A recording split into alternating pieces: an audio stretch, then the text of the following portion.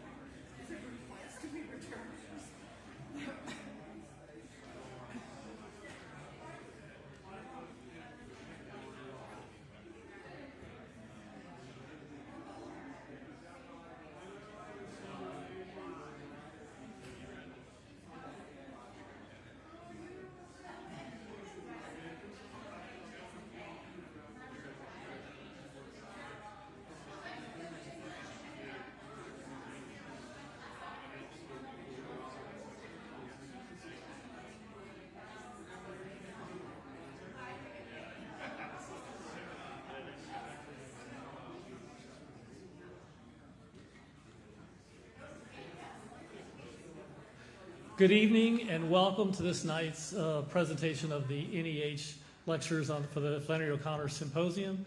For the Flannery O'Connor Institute, we'll get it right in just a moment. I have to give a few announcements for our NEH participants at first. The most important one is that if you're an NEH participant who is not employed by the University of Georgia system, please stay afterwards to pick up your first funding check so you can... So you can spend it all at Colin Cutler's performance at Buffington's on Hancock, Sunday, June 18th, from 6 to 9. And yes, I did that for the money. Secondly, if you are an NEHer who's in special collections next week, special collections is closed on Monday for the Juneteenth holiday.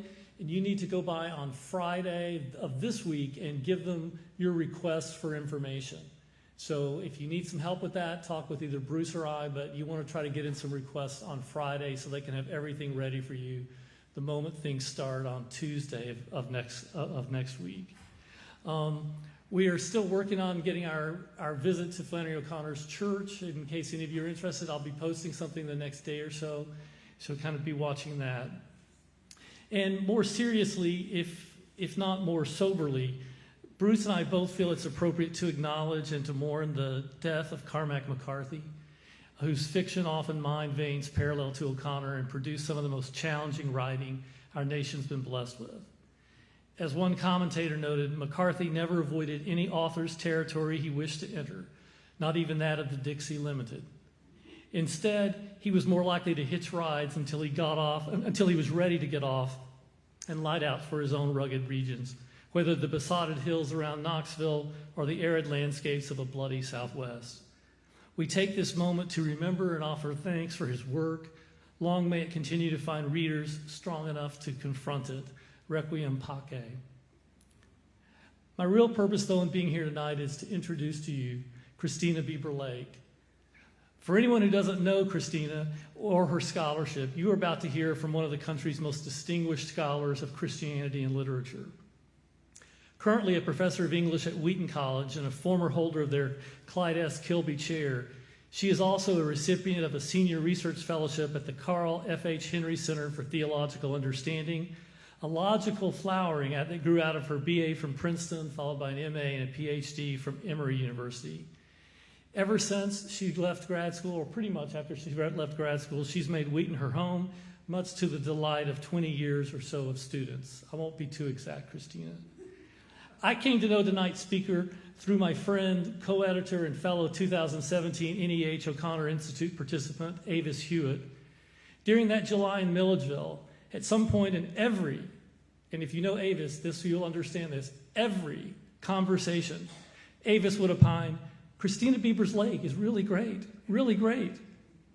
One can take only 674 such recommendations before you pick up the book and start to read it, only to find some way to respond.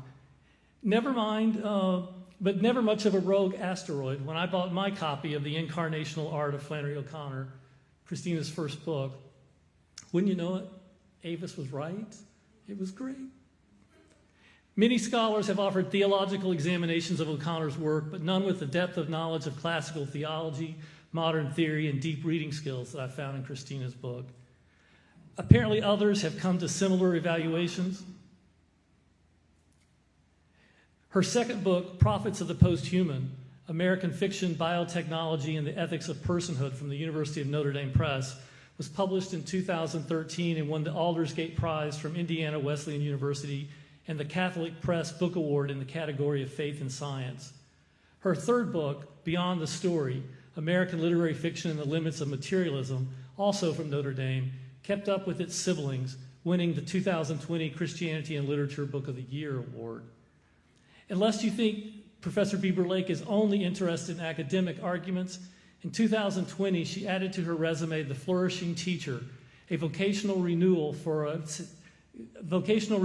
sacred profession from InterVarsity Academy Press, a guide to successfully combining teaching, scholarship, and a healthy personal life, a book whose only flaw is that it wasn't written early enough to steer me at the start of my career. And even as her writing interests have continued to expand, she's returned to O'Connor several times in essays and presentations, including the wonderful essay of Whales and Warthogs, Jonah's Biblical Paradigm for Teaching O'Connor, in the MLA anthology Approaches to Teaching Flannery O'Connor. Tonight she returns to O'Connor once again with her presentation entitled Reading and Teaching Flannery O'Connor for Spiritual Transformation. It is an honor to present Professor Christina Bieber Lake.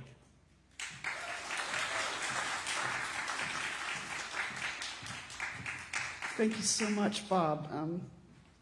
Bob, you've been such an encouragement to me as a scholar over the years, and I really appreciate that. And Bruce, thank you for re-inviting me to be a part of this institute. It's truly a huge honor, so I'm grateful. I wanted to frame my talks tonight with 3 quotations from George Saunders, and these will sort of explain how my research agenda, what it looks like right now. Each of these 3 has its own distinct significance to what I'm trying to do tonight. George Saunders says, I think art is a form of attention, and for me, paying attention is love. The idea is that you go into this room called the short story and come out different. I don't really care what's in the room, as long as when you come out, you're 6% more aware, more happy to be alive, more appreciative, more curious, instead of closed down. And then finally, writing can be a formal way of enacting Oliver Cromwell's plea, I beseech you in the bowels of Christ, think it possible you may be mistaken. These you will see, I think, how these fit. Well, I came of age as a literary scholar just as capital T theory was beginning to lose its grip on academe. Since I have learned a great deal from theory but never worshipped it as the savior of literary studies, The post-post theory moment we are in makes me laugh more than anything else. Scholars like Rita Felsky in her book, The Limits of Critique, act like they're the first ones to think of the fact that no one can live inside of a critique. But some of us have been arguing that for many, many years. So my own response to theory finally losing its grip was not unlike the moment when it became possible for women to wear dresses and skirts without the abomination known as pantyhose. It was a sigh of relief. Likewise, I remember the moment around 2002 when I said to myself, life is short. I'm not ever reading or teaching Lacan again. Skip forward to 2023, and after 30 years of reading, studying, and teaching Flannery O'Connor, I no longer feel the need to prove anything. And to me, this is when literary scholarship can become interesting and relevant. So I'm grateful to be here. I'm going to use some of my time tonight to remind us that the work we do as scholars and teachers of literature in general, and Flannery O'Connor in particular, is truly essential work. I want to encourage you to keep fighting the good fight. So why are we here? Why is it so important to reconsider Flannery O'Connor? What is the main thing that we must do as O'Connor scholars? And I think the answer is this: everything we possibly can to keep O'Connor's fiction in play in the public's imagination, to introduce new readers to her unparalleled vision and genius, to keep them returning to her fiction and other fiction later in life, and most of all, to teach readers how to think about important, enduring questions through her fiction and not just quibble about her fiction. This is what animates me. This is why I can be so bold as to entitle a public lecture, Reading and Teaching Flannery O'Connor for Spiritual Transformation. And since I already probably sound like old man tar water, let me begin by clarifying what I don't mean by spiritual transformation. I'm not talking about conversion to Christian faith in general or Catholicism in particular. And I'm definitely not talking about political transformation, as if we should all go around using the comforts of home to persuade people to change their views of gun control, or a stroke of good fortune to persuade people to change their views on abortion. We all know that would be anathema to O'Connor. The literary studies has paid a high price for getting in bed with the idea of political transformation. It was largely the increasing presence of theory-driven political agendas in the classroom that made Stanley Fish write the short piece, Save the World in Your Own Time, in the Chronicle of Higher Ed in 2003, which he later developed into a book, of course. He declares that it's immoral for academics or academic institutions to proclaim moral views. And, quote, the unfettered expression of ideas is a cornerstone of liberal democracy. It's a prime political value. It is not, however, an academic value. And if we come to regard it as our primary responsibility, we will default on the responsibilities assigned to us and come to be what nobody pays us to be, political agents. Now, I heartily agree that the secular university should not be about proclaiming moral truths, and that even in a private institution like my own, faculty and administration should not be political agents. A lot of our current malaise in higher ed can be seen in institutions not following his advice.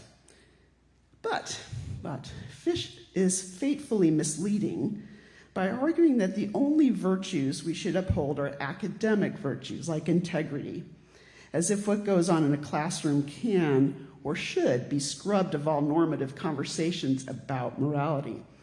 Now, that's impossible for one thing, but for another, and more importantly, it tends to teach students that academic life is all about critique, but never about learning to come to a well-reasoned position on an issue and defending it, or even more important, developing the humility required to change your mind. Literary study as critique, or worse yet, mere pedantic exercise, drains literature of its lifeblood and its unique transformative power. Is it any wonder why students are staying away from the English major in droves? Now, I have chosen the word spiritual transformation very carefully because story uniquely activates the reader's moral imagination, the heart, and not just the head. It can reach deeper inside the reader. And it's not just intellectual transformation, although it often starts there. This is because reading a story is an experience.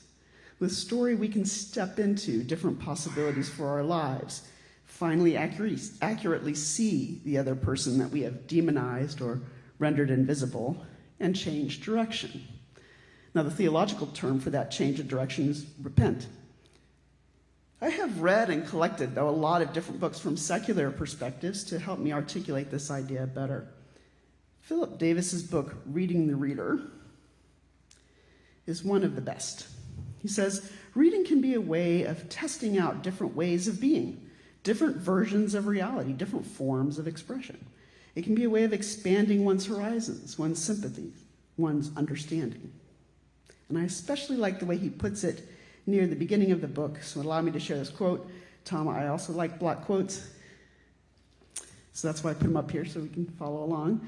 But what literature does, he says, which formal philosophy, for example, commonly does not, and what literature can hardly help doing, is yield more than its writers know. In thinking about human life, it offers as much excess, untidied material as it can by not only thinking, but recreating the very objects of thought, offering more from within the very middle of things, I will argue, than a more secondary discipline can provide with more formally set starts and goals. Writers offer this by creating not so much a line of argument as a resonant space for thinking. Resonant space is the concept that interests me here. I've been reading Hartmut Rosa's sociology, called Resonance, a sociology of our relationship to the world, and it's quite a tome, in order to more fully understand why reading fiction is so singularly and fundamentally important to spiritual transformation. In this book, he argues that modern society is characterized by a lack of resonance, which he defines as a mode of relating to the world that involves being affected and responding, feeling alive and meaningful. He claims that literature, among other forms of art and culture, can open a space for resonance by allowing us to encounter different perspectives, experiences, and values that challenge our own in ways that we might be living in a more dissonant way. Here's a typical quote from Rosa's book. Literature is not a simple escape. It is a complex encounter. It does not only take us away from reality, it brings us closer to it. It does not only take us away from ourselves, it brings us closer to ourselves. It does not only take us away from others, it brings us closer to others. Literature enables us to experience reality in new ways, to discover ourselves in new ways, to relate to others in new ways that can resonate with us and change us. Transformation. Now, if you think about the idea of resonant space through what neuroscience teaches us about the brain and how we change our minds about anything, it's, well, mind-blowing. In order to be efficient and to keep us alive, our brains run largely on autopilot. Scholars like Kate Hales calls this unconscious cognition or the cognitive non-conscious. It's a fancy term for the fact that we think the same old thoughts in the same old way precisely because we aren't thinking them consciously. We largely operate by what scientists call the default mode network, or the DMN. The default mode network is a large-scale brain network that is active when a person is not focused on the outside world and the brain is at a wakeful rest, such as during daydreaming or mind wandering. Now, the DMN is so invisibly powerful that it takes something from the outside to shake it up, to expose and challenge the defaults. And that kind of thing, that higher thinking, only happens through the prefrontal cortex. Now, the really fascinating thing about this is that if you are afraid or feel threatened in any way, the amygdala subverts the needed connections between the synapses in the prefrontal cortex, and you can't learn. By the way, this is essential for teachers. If your students are terrified, they literally can't learn. So it's just a little side note. The short version of a long argument that I'm trying to offer here is that fiction invites the reader to resonance first, so that the story can eventually challenge and expose the self-protective illusions that we have created. It goes something like this. We long for resonance with others and the world, so we read stories about others in the world. We are thus fundamentally and completely drawn to story. We are story animals. As we read, we connect with new experiences and people, but we do so safely. It's a safe space. And then, if the story is a good one, it defamiliarizes something we think we knew. It provokes cognitive dissonance in us. And as we continue to read and think about what it means, we either change our minds or we reject the need to. So perhaps now you're thinking about my favorite quote from O'Connor about how stories work. You'll be familiar with this one. She said, a story really isn't any good unless it successfully resists paraphrase, unless it hangs on and expands in the mind. Indeed, she writes, the meaning of a story should go on expanding for the reader the more he thinks about it. Now, this passage appears in Mystery Manners after her famous remark that everybody knows, to the hard of hearing, shout, so on. That famous remark reminds us that expansion can and should feel violent because it's a potential corrective to an erroneous way of seeing the self or the world.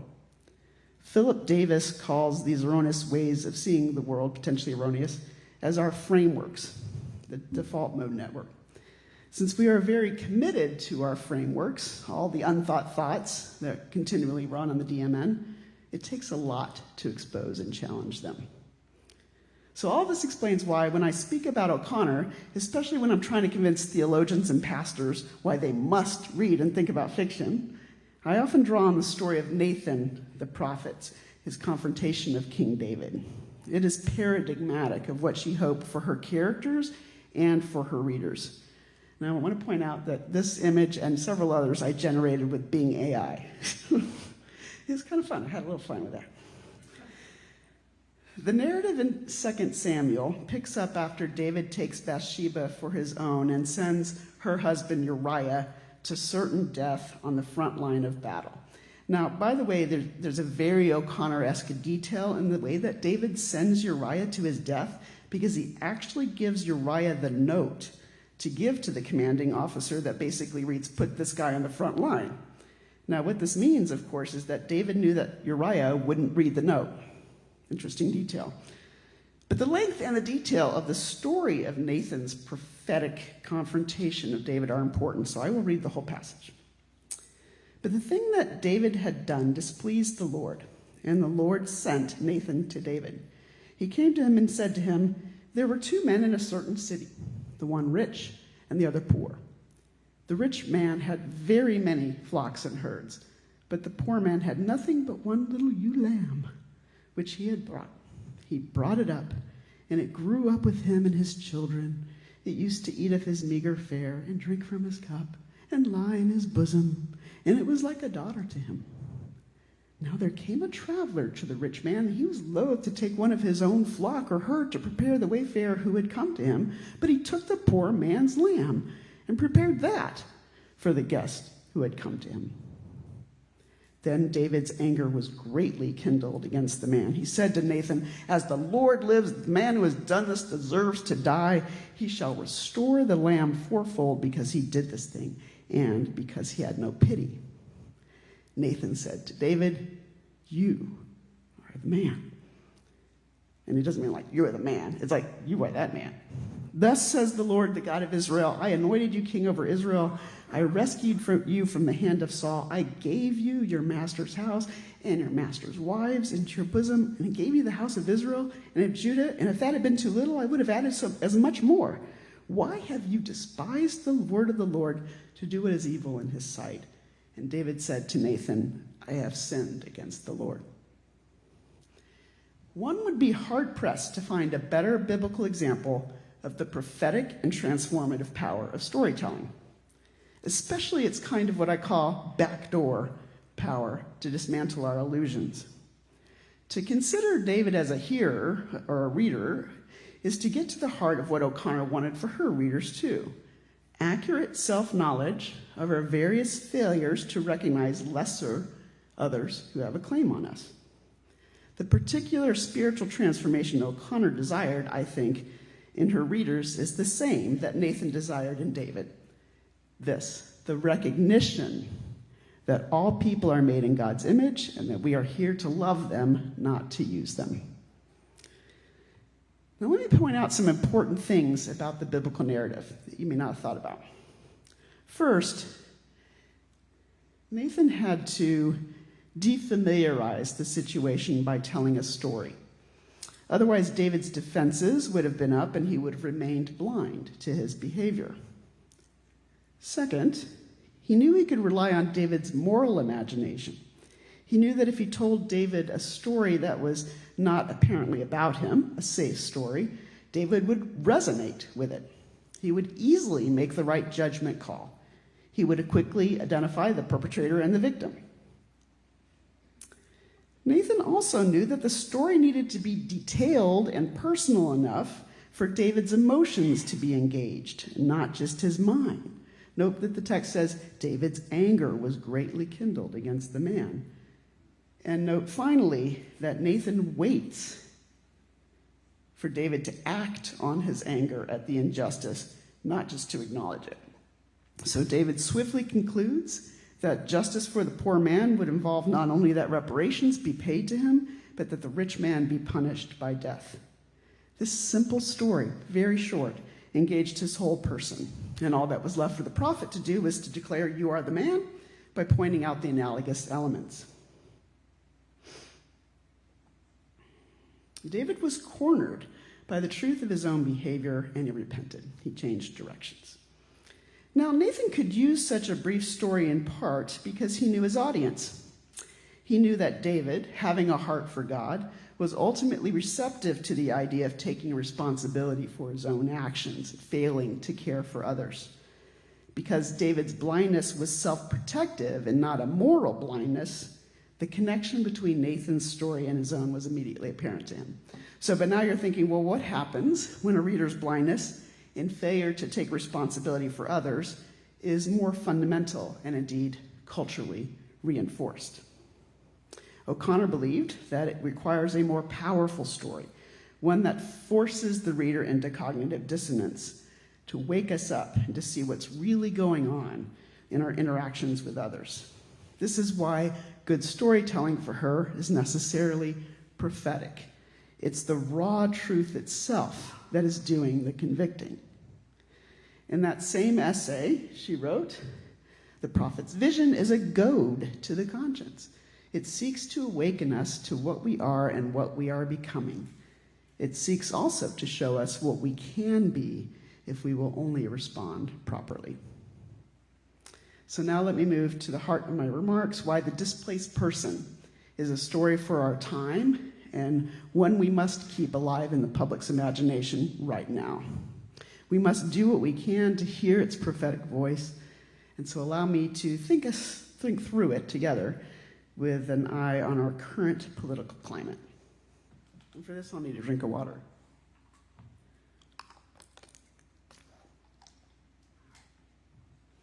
Regarding our current political climate, you probably remember how, in the summer of 2020, Loyola University in Maryland removed Flannery O'Connor's name from a residential hall that had been named for her just 13 years earlier. It happened 1 month after Paul Ely published his essay, "How Racist Was Flannery O'Connor?" in The New Yorker. There was no opportunity for extended conversation, no effort to look at her work as a whole. Even a petition signed by Alice Walker was not enough to get Loyola to change its mind. Now, O'Connor, we all know, is a master of irony, and the layered ironies here would not have been lost on her. Were she alive today, she might quip, "Let him who is without sin be the first to put his name on a building." She knew, I believe, that she had areas of self-protective blindness, because exposing such blindness was the point of all of her stories. The richest irony in efforts to dismiss O'Connor, cancel her, is that her fiction, I think, provides the insight that we desperately need right now to help heal our social and political divisions and to temper our hostile public discourse. Because Flannery O'Connor, with her scorching wit, prophetically fingered the exact cause of it all, including racism, which is fear. Now, let me go off script for a minute here and let you know that my current research interest is centered around this question of what does it take for a person or a culture to see areas of blindness and to change their mind about anything, and what the arts of story and poetry have to do with it. This effort, this question, requires interdisciplinary study, which is why I'm so drawn to it, and it rests on the nexus of psychology, especially neuropsychology, sociology, theology, and aesthetics. Now, what I have been learning in my research is that the biggest barrier to such change and transformation is fear. We're afraid of losing our carefully constructed identities, our position of importance, and in short, our place in the world. So that is why we need this story now more than ever. Another AI-generated image. Self-protective fear is a basic animal instinct. When threatened, most animals seek safety in the herd, and humans are no different. The neuropsychologist Joshua Green argues that our brains are wired for tribalism. Quote, "We intuitively divide the world into us and them and favor us over them," he writes. In humans, this intuition comes at a high cost to our goals. It thwarts our efforts at social cooperation and prevents us from truly listening to those who are different from us. It leads us to demonize them to keep our own self-righteous place secure. It makes us think that changing our minds about something is an act of weakness instead of a sign of healthy humility. The displaced person invites us to consider how we fearfully create illusory selves and enforce frameworks, if you will, bolstered by our tribal affiliations. The story insists that it's our own unwillingness to admit that we could be wrong, that's a spiritual problem that requires a spiritual solution. And it ultimately asks us to be displaced from our fearful tribalism by the most powerful force of all, which is love. I want to get to this in a second. As you all know, the farm in the story is post-war America tribalism in microcosm. There's the owner, Mrs. McIntyre, who fancies herself to be above the hired help, Mr. and Mrs. Shortley. The Shortleys, in turn, fancy themselves to be above the black workers on the farm. Things move along relatively peacefully until something comes in to upset the fruit basket. And that something is the displaced person, Mr. Gizak, newly arrived from World War II Poland with his family. Since his arrival threatens Mrs. Shortley's place in particular, O'Connor opens her story with a character's effort to reassert her importance. And here's the opening. The peacock was following Mrs. Shortley up the road to the hill where she meant to stand. Moving one behind the other, they looked like a complete procession. Her arms were folded, and as she mounted the prominence, she might have been the giant wife of the countryside, come out at some sign of danger to see what the trouble was. She stood on two tremendous legs with the grand self-confidence of a mountain, and rose up narrowing bulges of granite to two icy blue points of light that pierced forward, surveying everything. She ignored the white afternoon sun, which was creeping behind a ragged wall of cloud, as if it pretended to be an intruder, and cast her gaze down the red clay road that turned off on the highway. It's a brilliant opening, one of my all-time favorites from any writer. Mrs. Shortley, with her fiercely ironic name, has ascended a self-made molehill to become the monarch of all she surveys.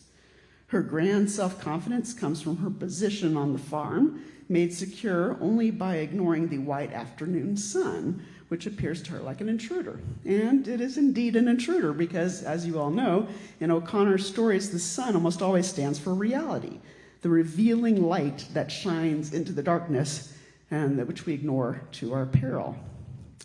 We quickly find out that Mrs. Shortley has already decided to think of the Gizaks, whom she calls the Gobblehooks, as a threat.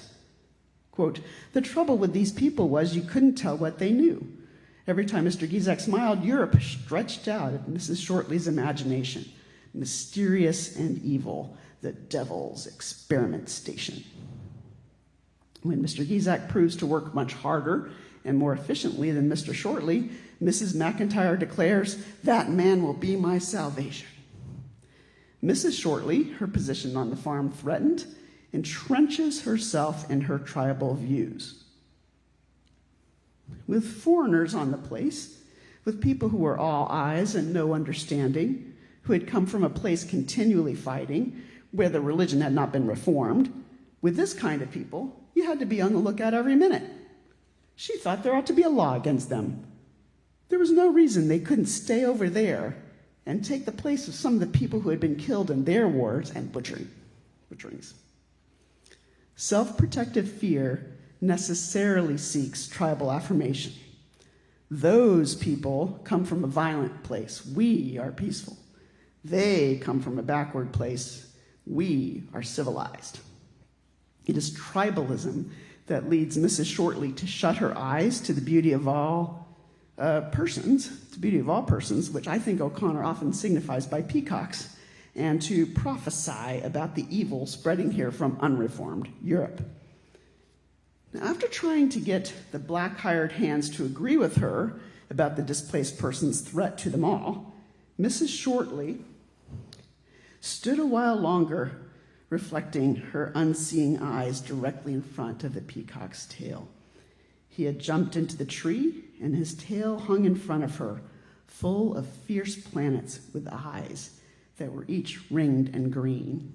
She might have been looking at a map of the universe, but she didn't notice it any more than she did the spots of sky that cracked the dull green of the tree. She was having an inner vision instead. The problem here is pretty clear. It's that Mrs. Shortley's eyes are unseeing.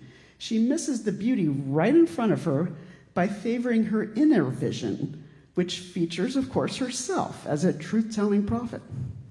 Eyes shut, she sees, quote, "the 10 million billion of them pushing their way into new places over here, and herself, a giant angel with wings as wide as a house, telling the Negroes that they would have to find another place."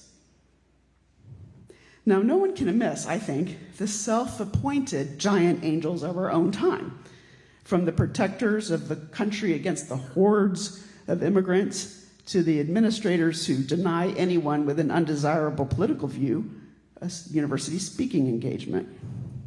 But O'Connor's story, published in 1955, helps us to see how and why American tribalism has a distinctly evangelical flavor and imprimatur. Now, the text, really important in my own development as a scholar, that first helped me to see this and how deeply and destructively it's the case, is Sack van Berkowicz's Puritan Origins of the American Self, written in 1975 and reprinted with a new preface in 2011. Long before the rise of Donald Trump or even Ronald Reagan, Berkowitz definitively traced the origins and perpetuation of what he called a religio-modernist rhetoric that attempted to establish America as a city on a hill, the New Jerusalem. He writes this: "The earliest Puritans, quote, with an arrogance that astounded their contemporaries, Protestant no less than others, identified America as the new promised land foretold in Scripture as preparatory to the second coming. The Puritan migration was styled as an escape from the Babylon of unreformed Europe," and you can see that all over The Displaced Person.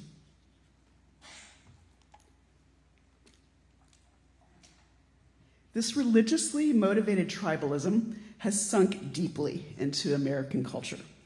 One of its most pernicious consequences has been to sanctify the ideology of the American way as religion. No one who has read Berkowicz's book can be surprised by anything that has happened in America since 2016. We can only be chagrined, I think, with the speed with which some faith congregations have moved to a near total identification of Christian faith with the Republican Party ideology as defined by Donald Trump. This is naked tribalism, complete with signaling and shibboleths. It has happened so quickly and forcefully that most of us are still left reeling, left with fewer and fewer ways to help people, even in our own families, to see how destructive this kind of thinking can actually be. I'm frequently moved by David French's efforts to uncover it. Talk about fighting a good fight. He writes, "What if white evangelicals are disproportionately flocking to outlier political positions because of a combination of factors that have little to do with theology at all? Instead, what if they're shaped by far more mundane, though still quite powerful cultural forces that ultimately have little to do with faith, and then misinterpreting the cultural as theological?" And if that's the case, he points out, both the church and the nation are in trouble. Because with all of this comes the saddest irony of all. Faith in America is now the biggest barrier to genuine Christian faith among Americans. Now, the irony is severe because genuine Christian faith, for O'Connor and for me, is the kind of faith that can motivate loving connection between diverse groups of people. The kind of faith that can lead us to admit that we were wrong. The kind of faith that can change things. French puts a fine point on it, quote, "It's one thing to discuss an issue with someone who understands their position is debatable. It's another thing entirely to engage with a person or community who equates compromise with apostasy." And here we are. Can this recent exposure of religio-political ideology as rank tribalism be a good thing? I think so, but again, only if we recognize it. We must look through O'Connor's eyes as she shines a strong light into the real motivations behind it all. It takes at least two tribes, each motivated by self-protective fear and self-righteous certainty, for tribalism to wreak its violence. So, lest readers think that only middle-class religious folk demonize others, O'Connor gives us Mrs. McIntyre, the more secular farm owner. Although she prides herself in having hired workers like the Shortleys who are not quite trash, she could have easily called them all a basket of deplorables. While initially she enjoys Mr. Gizak's hard work, eventually fires the Shortleys, she soon sees the writing on her own wall. She too will be displaced from her position. Mr. Gizak works harder and more efficiently than she does, and he has no respect for the hierarchy on the farm. When she learns that Mr. Gizak is hoping to marry one of the black workers to a cousin of his to help her escape her oppressive living situation, she calls him a monster. She begins to feel that she had been tricked by the priest who brought the Gizaks to them. Fear clearly causes her to retreat into her own version of us versus them. Quote, "They're all the same," she muttered, "whether they come from Poland or Tennessee. All her life she'd been fighting the world's overflow, and now she had it in the form of a Pole. You're just like all the rest of them," she said, "only smart and thrifty and energetic, but so am I, and this is my place." She decides to get rid of him and rehire the safer Shortleys. Mrs. McIntyre is trying to bring herself to fire him when another solution, a final solution to the world's overflow, presents itself. When Mr. Gizak is working under the small tractor, the brake on the nearby large tractor slips and it rolls down an incline toward him unaware. Mrs. McIntyre hears it slip, sees it moving slowly toward him, and starts to shout, but then does not. She had felt her eyes and Mr. Shortley's eyes and the Negro's eyes come together in one look that froze them in collusion forever. And she heard the little noise that the pole made as the tractor wheel broke his backbone. If there is a more striking picture of how tribalism works, I do not know what it is. Even a new tribe can be formed. Self-protective fear, especially when coupled with certainty of one's own righteousness, righteous place, can only end in violence, even death. And doing nothing to help can be the most insidious act of violence of all. That we all do things like this, but are also too proud to admit it, is why tribalism is such a hard nut to crack. Joshua Green insists in his book that the only way to effect social cooperation is to embrace utilitarianism fully. But to repeat, I think O'Connor's insights are stronger. She understood that self-protective fear is a spiritual problem requiring a spiritual solution. The priest who brought the displaced family to the farm recognizes that opportunities for genuine spiritual growth come by challenges, but also that the growth can only come into a softened and humble heart. So, this is a particularly cheesy one that generated.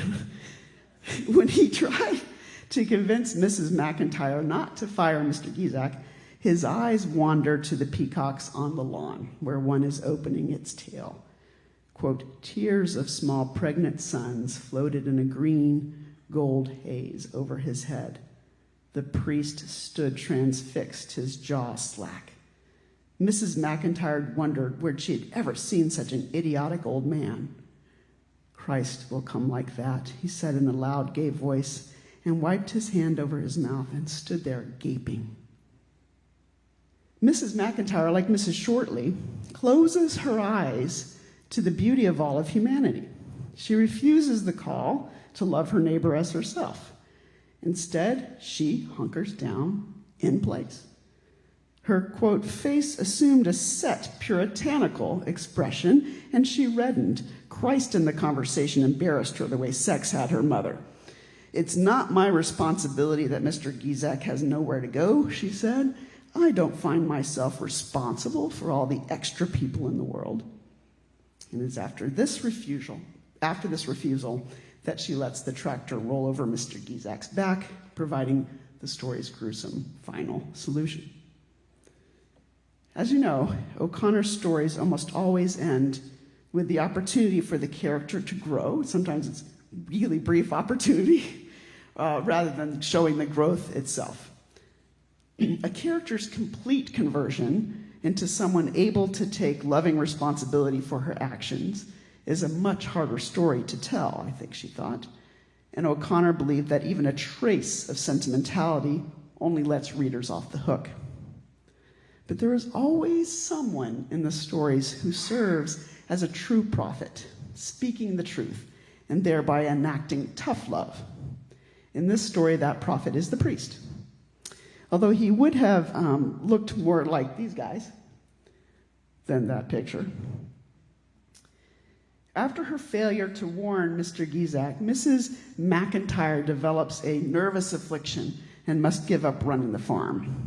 She has no friends or family. Only this priest comes to visit her once a week, sitting by her bed and gently explaining the doctrines of the church. We can imagine him, we don't get a picture of it, but we can imagine him emphasizing Christ's love as both a displacing and a replacing love, and as the only perfect love. The only love, we can imagine him saying, with the power to cast out fear. How Mrs. McIntyre will respond, we can only guess.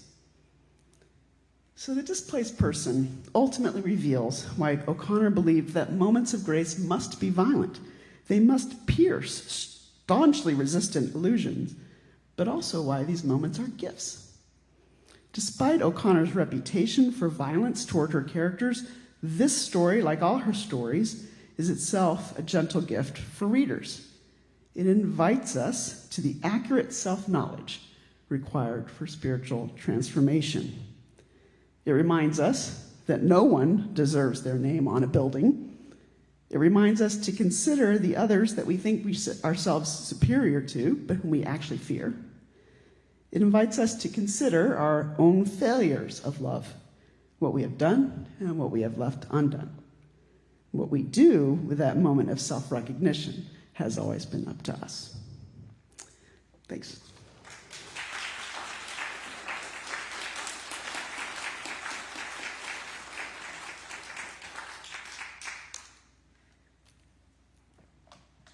We have time for some questions or comments. If you'll give me a second to bring you the microphone so you can be heard on the stream.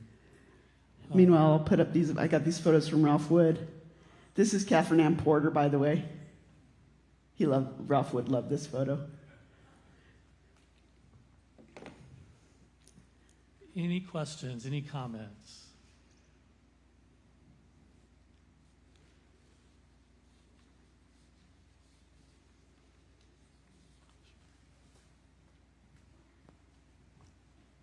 First one's always the hard one. Yeah. Hi. Thank you for that talk. It I think gave us a lot to think about, a lot to consider with how we read O'Connor. I can't see anybody out there, just for the record. Yeah, that's okay. Yeah. I wondered if you could say a little bit more dealing with this kind of division you made early on between the moral and the political, because with the displaced person, even though it is the private, it is the home, it is also an economic enterprise. There's questions of foreign policy, immigration policy, wages, like what is a living wage, that comes up. Race, racial politics, all of these kind of come up in this, and I don't know, I guess I maybe want to hear a little bit more about how O'Connor can be read as kind of this private moral imagination, but not really into the kind of the public life, the political. I certainly would not suggest she can't be read that way. Only that I was saying that with Stanley Fish saying that we shouldn't be politically, ideologically motivated in class, that's different from what I think her primary task is. And I certainly think it's possible and good and desirable to read Flannery O'Connor with political questions in mind. I certainly would never say, I'm talking about in the classroom, what to emphasize. You can even talk about political issues just as long as, I think, from Fish's perspective, that you're not championing only one, political solution or whatever. So I just wanted to avoid that pitfall.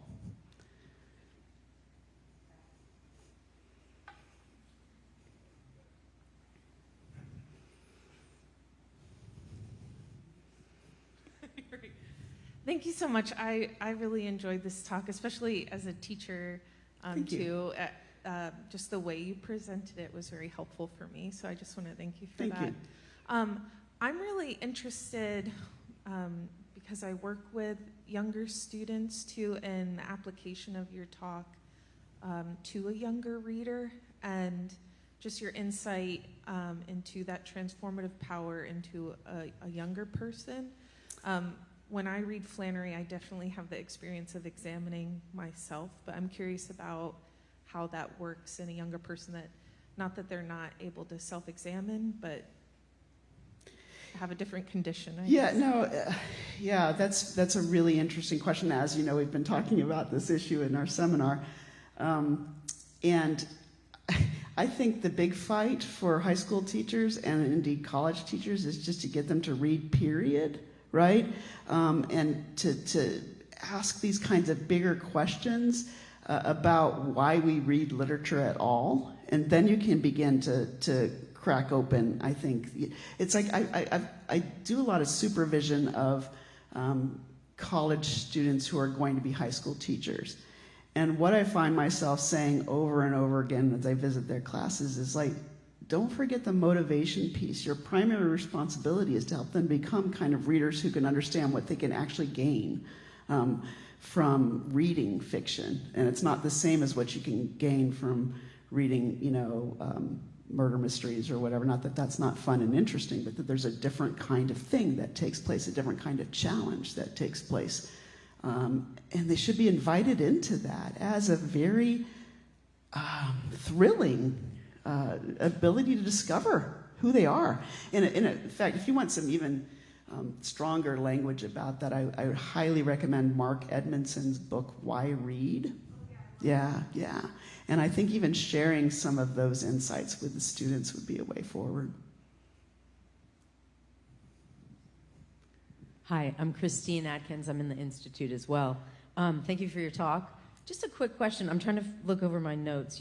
I like what you said about how students can't read, they can't learn if they're terrified. right? They can't what? I'm sorry. They can't learn if they're terrified. Yeah, yes, about And the I'm- amygdala. Yeah. So I spend like a lot of, and I teach at a SUNY community college, but I spend, I guess my colleagues would think I waste a lot of time at the beginning of the semester just getting to know each other and Oh, I do that too. creating safe space, et cetera. 100%. So I guess the question is, and my colleague Tony wrote a really thoughtful email today.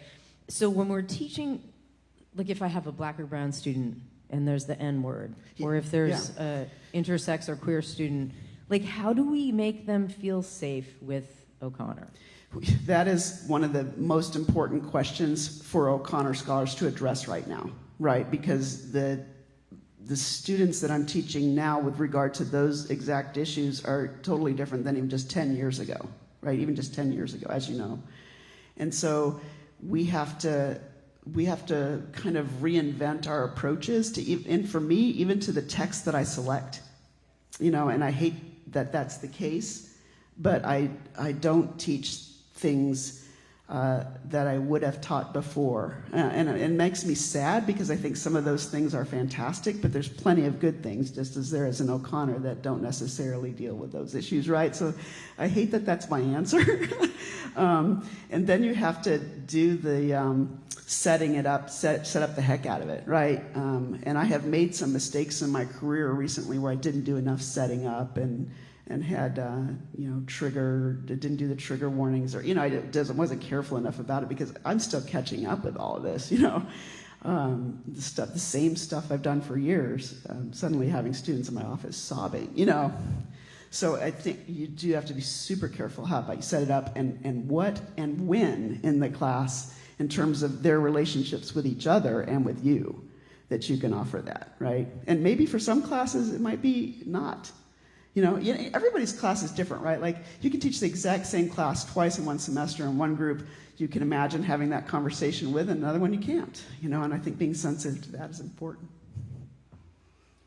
So one of our online viewers, Monica Miller, she asks how vulnerability, either real or imagined, figures into thinking about fear and tribalism, both with regard to O'Connor's works and the larger application of her thoughts.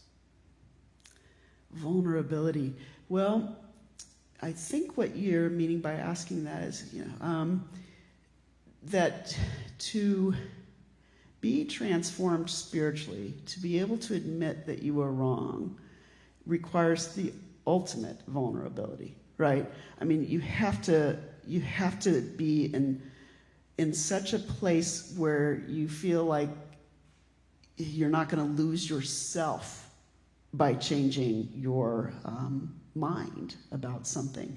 And so much of what's happening in our current political landscape is this like too much that feels like it's going to be lost if you even give like a little bit of credence to somebody else's idea. And I find that just incredibly depressing, So I think the most important thing that we can do as teachers is model vulnerability and talk about what, we've changed our minds about. And I routinely talk about that in my classes now.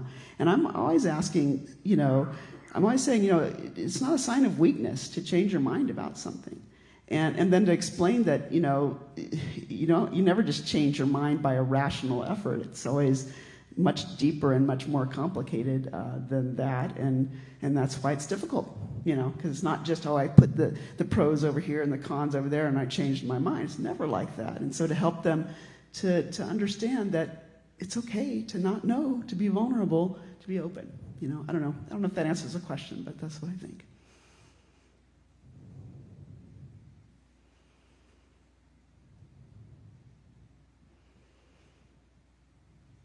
Christina, thank you for a wonderful talk and for these wonderful, really fruitful responses. I'd like to ask you to elaborate, I think, on your reading of Displaced Person, specifically in the moment of collusion at the end. Oh, yeah. If you're reading Mrs. Shortley and I'm sorry, so many of these O'Connor farm woman characters, I'm blanking on the other Yeah, no, I get it, yeah. Yeah, them as in some sense allegorical of our political tribes. It seems really important then that those two figures, three figures, no, I guess it's Mr. Shortley. Yes, there's three. Figures collude Yes. at the moment of Yeah, violence. yeah. And I'm curious what you do with that in sort of making that connection to. Yeah, no, I really like that question a lot because to me that passage is one of the most brilliant revelations of where the collusion comes from. That it comes out of fear.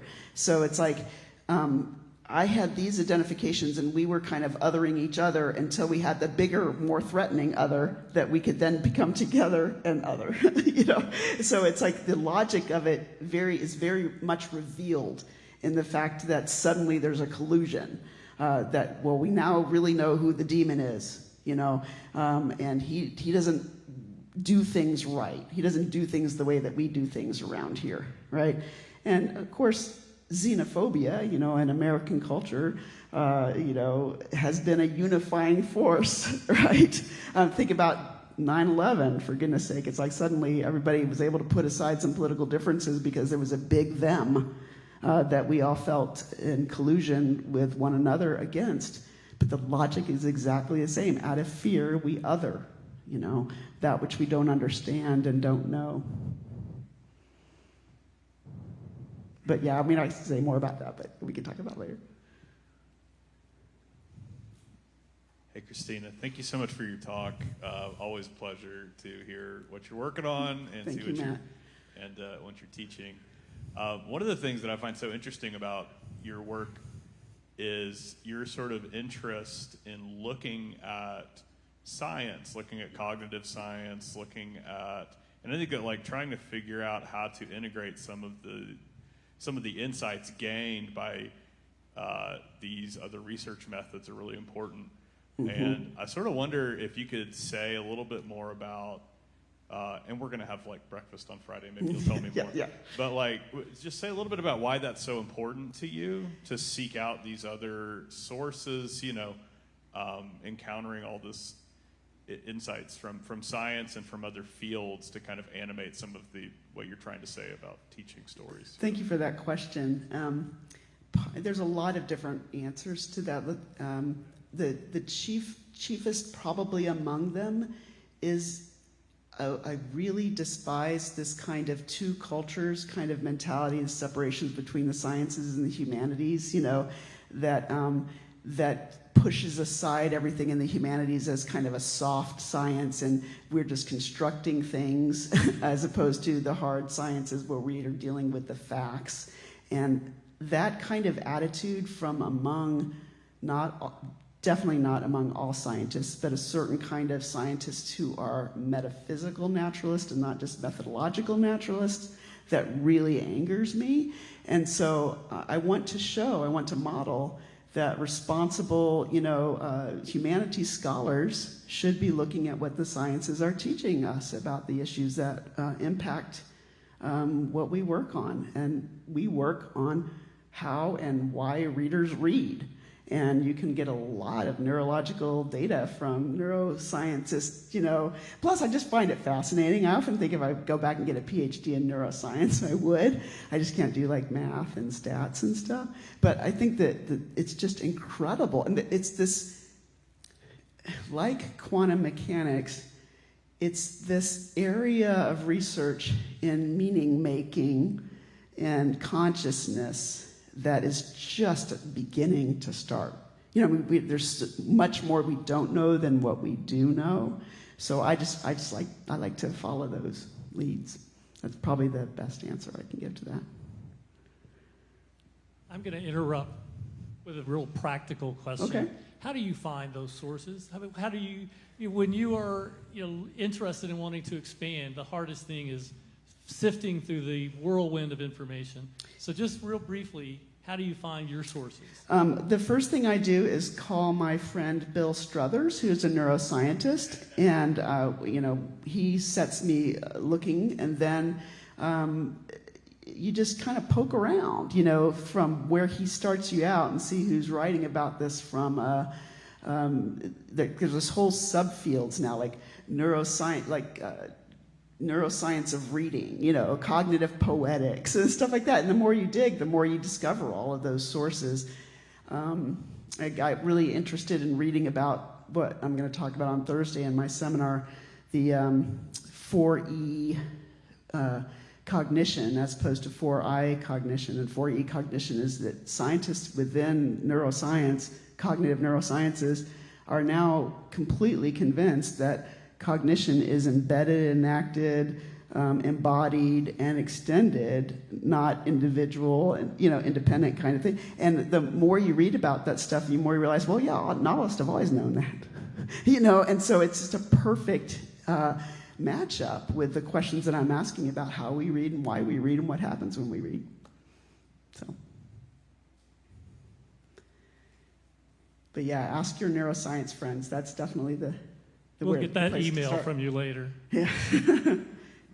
My friend Bill told me about mirror neurons when that first happened, and that is a really explosive area for research. Yeah. So we have another online question, and it says, that I love what you've done with this story, Christina.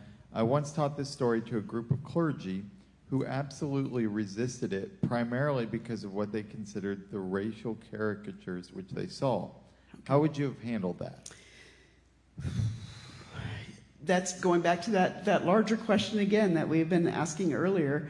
What do you do with the fact that, yes, Flannery O'Connor had racist attitudes. Yes, she had caricatures, not just of African Americans, but of all different types of people. Raber is a caricature of a sociologically minded, person. So it's like, I would challenge, especially pastors and leaders, to just say, why are you taking that as a reason not to think about everything else that's going on in the story? So that would be my first place that I would challenge. And I don't want to make excuses for O'Connor either. Call a spade and just say, these were stereotypes that she would often draw on. But I think it's in our culture today. This is one of the things that's just really maddening. It's always it's that us versus them kind of thing. It's always pointing the finger at somebody else. Oh, you are racist. You're this, and I'm perfect. And I just find that absolutely just maddening. So that's what I would try to appeal to in them.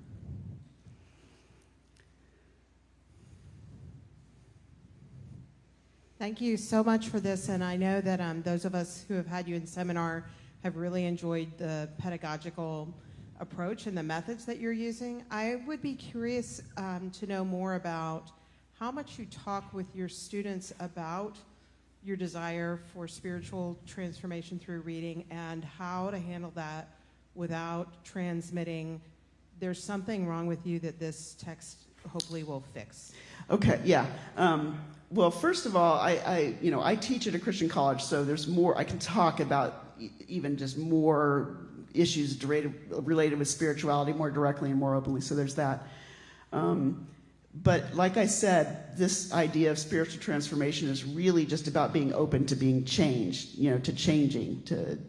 And so I think that the thing to do is to help them to understand that their fears are holding them back from a better life, and and again, I go back to Mark Edmondson and the way that he articulated that. It's like you get to find out, you get to sort of try these different things on in the safe space of a story for a while and see how it fits, and focus on that idea of resonance and to say, what is resonating with you and why? And what is causing you cognitive dissonance and why? And just to explore those connections with them, those places where the story is expanding in their mind, or they don't know what to do with it, or they're rejecting it even.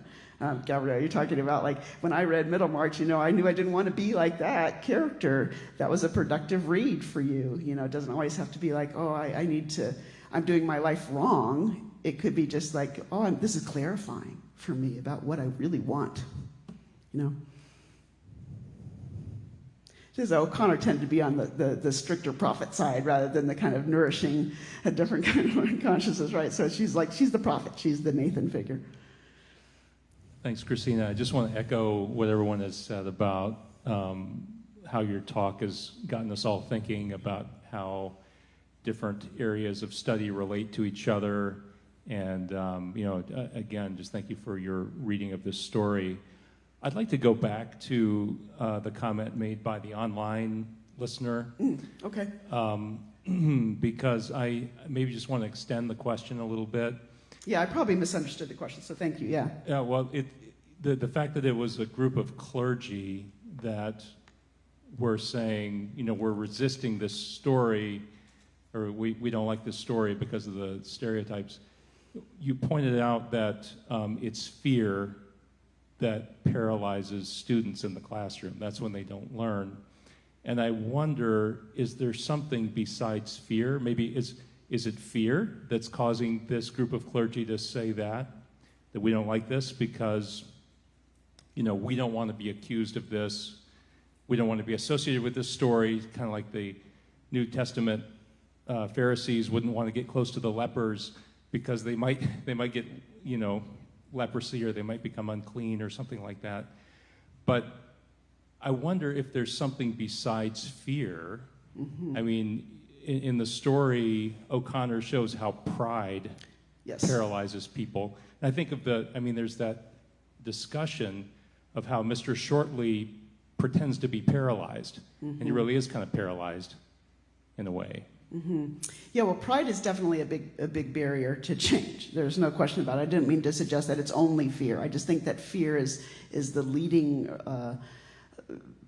what causes us to resist change the most, because it's sort of like, it's that you're thinking that you have to say, we were talking about the difference between shame and guilt, that I am bad versus I did something wrong, or I had, sort of a wrong attitude that is guilt. And to get them away from shame-based thinking, as if, like, especially for students, it's kind of like, well, and I would hope for pastors as well, it's like, you're just, you're supposed to be exploring and figuring this out right now, and your fears are holding you back. So, yeah, certainly there are other issues in the us versus them logic that we are all guilty of, right? And a lot of that is motivated by pride, for sure. And so it became, I think, for those pastors, an excuse for them not to deal with the other parts of the story. Well, I don't have to deal with this because she got that wrong, so I don't want to be challenged. That's the way I read that.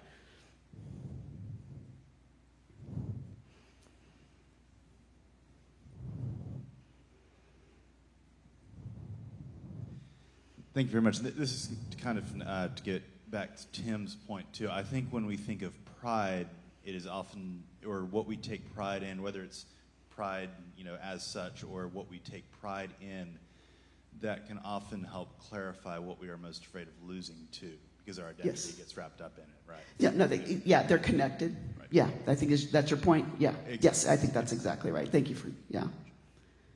Yep. Because it's the pride of place, right? Like Mrs. McIntyre, this is my place. This is my place. This is who I am. And if you're going to displace me from that, then yeah.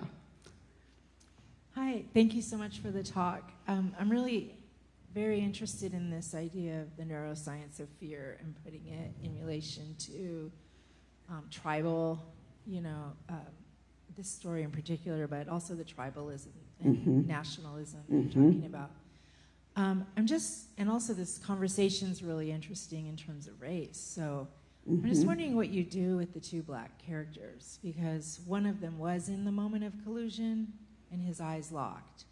However, so I feel like I understand the story gives me lots of material to analyze the fear of Mrs. Shortley. I mean, she takes off in the night. She's afraid that they're going to be displaced.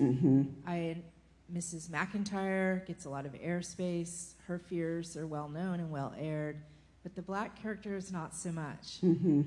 And and in O'Connor's sort of use of free and direct discourse to slide into the consciousness of certain characters and stay completely outside of others, you know, how would you think about the neuroscience of fear of these two Black characters then? Yeah, well, you're right to point out that she decided not to try to enter the consciousness of these Black characters, right? So there's only so much I can read about what she thought is going on with them, you know? And so I'm not sure how to really answer that question, you know, to be fair. But I do think the moment of collusion is a significant one because it reveals that no matter where your place is in the hierarchy, there's a threat to being displaced. And once that becomes the bigger thing that unites them, then that fear operates the same way. Now, on a neuroscientific level, I'm not exactly sure. I mean, I'm just at the beginning of my research on this area, so. Right, so, but I take your point that frontal lobe is not engaged. Yes. Amygdala response, but, I mean, I'm kind of struck by, you know, the statement, their fears are holding them back from a better way of life, right? And so I get that, but then I wonder, you know, how do we deal with the unexamined spaces and the unexamined fears? Or in terms of the book you mentioned, the unthought. Yeah.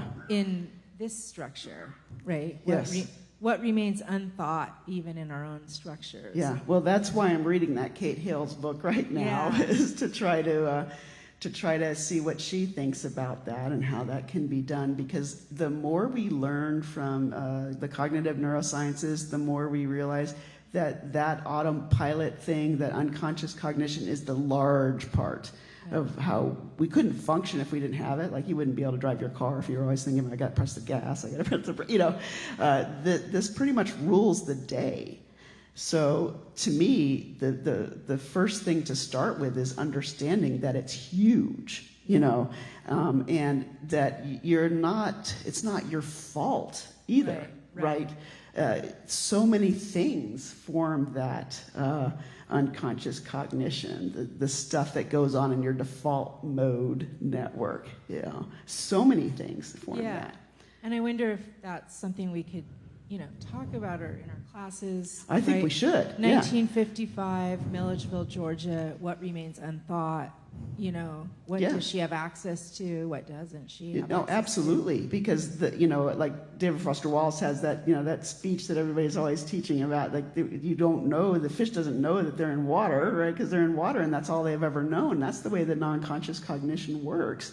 And so it also helps to explain things like, yes, O'Connor had racist attitudes. That was the water she was swimming in there, you know, and it's like, again, doesn't take her off the hook, but understanding, you know, the larger cultural forces that and biological forces and other types that go into the formation of that default mode network, right? And really, really taking them seriously.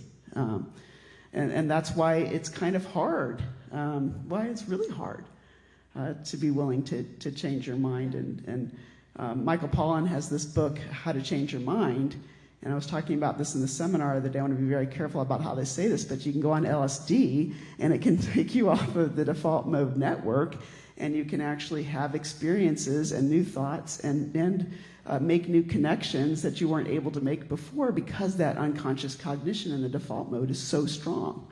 And so I think that's instructive, right? It's really useful to say, like, oh my goodness, a substance. So it's a physical thing. You know, it's your synapses, you know, that fire together, wire together is the phrase in neurosciences. So you fire down a certain path. This is how trauma works, right? You fire down a certain path. It's very hard to break yourself out of that path. And it requires much more than just like, oh, I'm going to think a new thought. But it's certainly part of it is like, I have to realize I'm thinking these thoughts even though I'm not actually thinking them. You know, they're thoughts that I'm having, right? So, and that's why it's been so helpful, meditation and these mindfulness practices with addiction and things like that, because those are default mode networks that run very deep. Thank you. Yeah.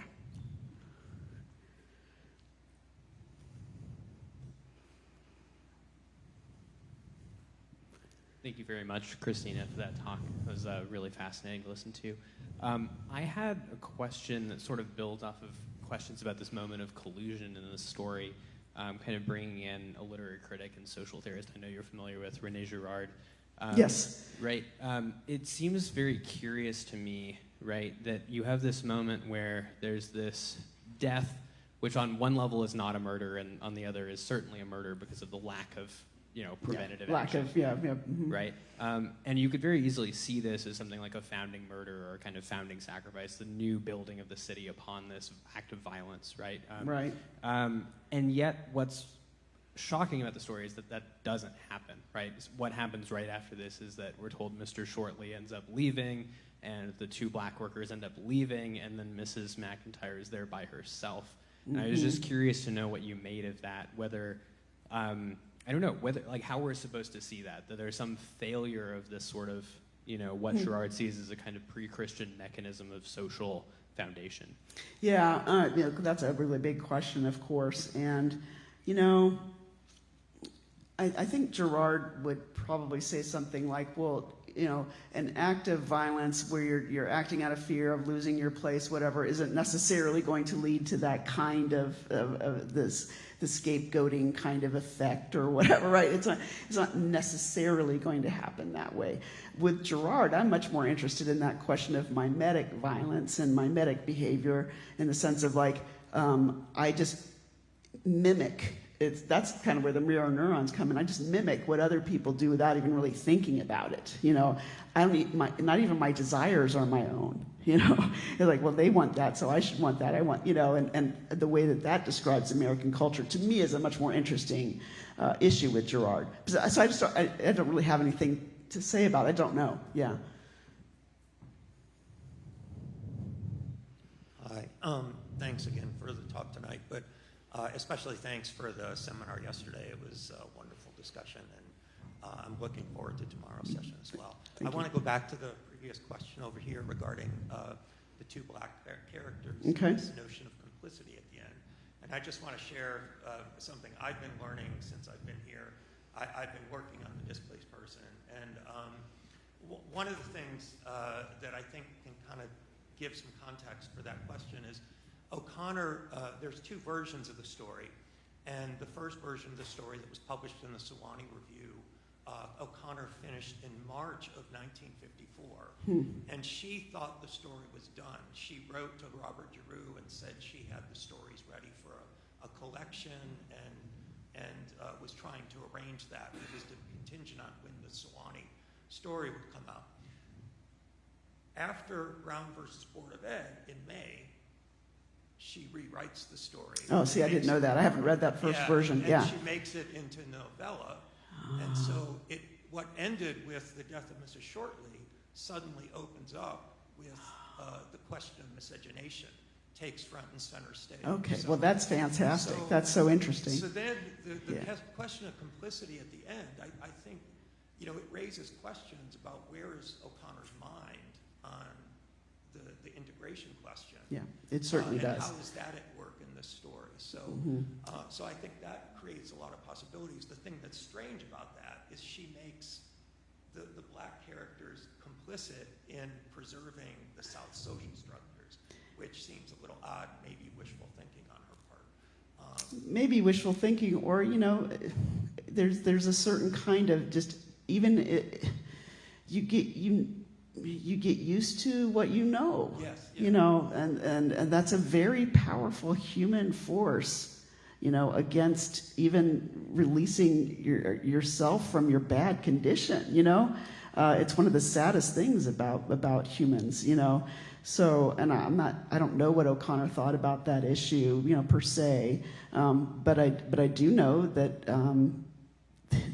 there was resistance. There have been resistance to like animals trying, can't escape captivity anymore after they've been just used to it, and we're human animals with slightly more cognitive capability, right? But, I don't know. I don't know how to answer that.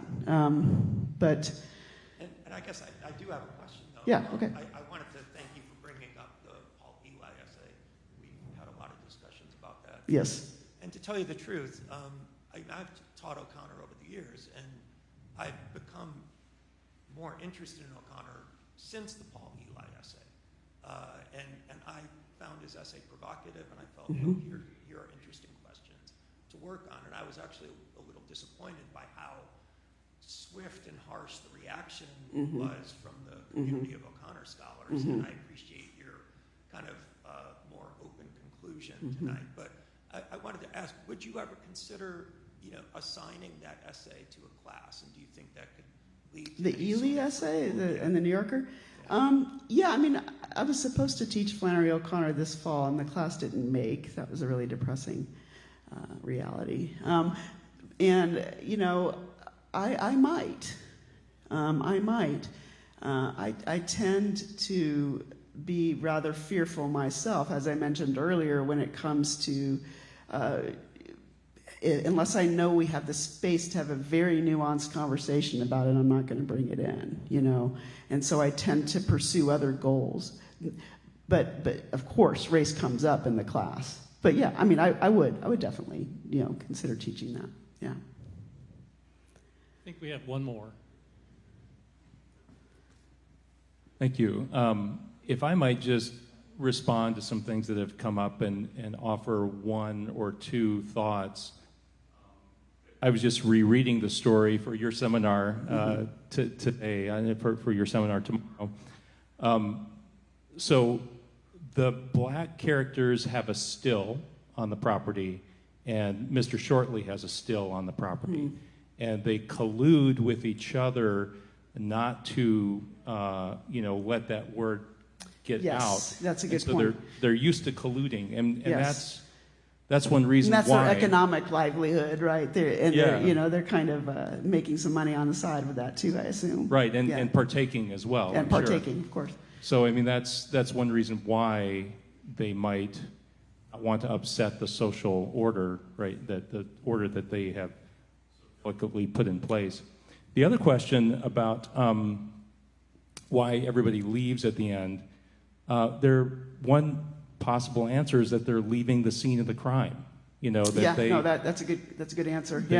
If they stick around, they might be accused of murder. Yeah. No, I don't know what Alex thinks about that, but it's a possibility. Thank you for a very lively and very active discussion. We really appreciate you being here. And thank you for your talk.